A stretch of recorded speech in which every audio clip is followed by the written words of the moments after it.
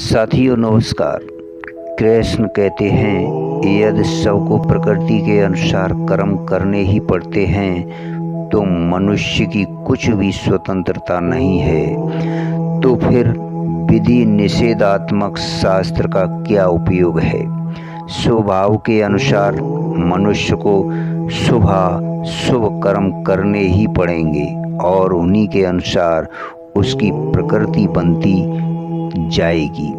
ऐसी अवस्था में मनुष्य का उत्थान कैसे हो सकता है। साथियों, शास्त्र विरोध असत्य कर्म होते हैं। राग द्वेष आदि के कारण और शास्त्र भेद सत्कर्मों के आचरण में श्रद्धा भक्ति आदि सद्गुण प्रदान कारण है।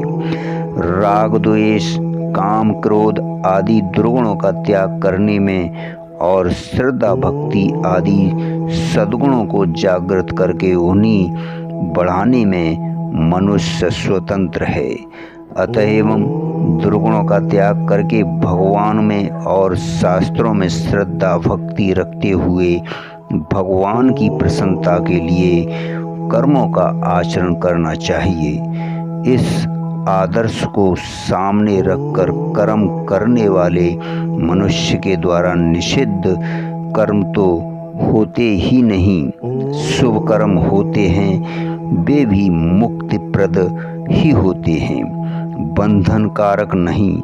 अभिप्राय यह है कि कर्मों को रोकने में मनुष्य स्वतंत्र नहीं है, उसे कर्म तो करने ही पड़ेंगे, परंतु सद्गुणों का आश्रय लेकर अपनी प्रकृति का सुधार करने में सभी स्वतंत्र हैं।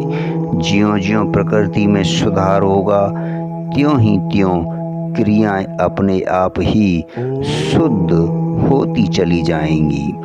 भगवान की शरण होकर अपने स्वभाव का सुधार करना चाहिए। इससे उत्थान हो सकता है, उत्थान हो सकता है। धन्यवाद, शुक्रिया।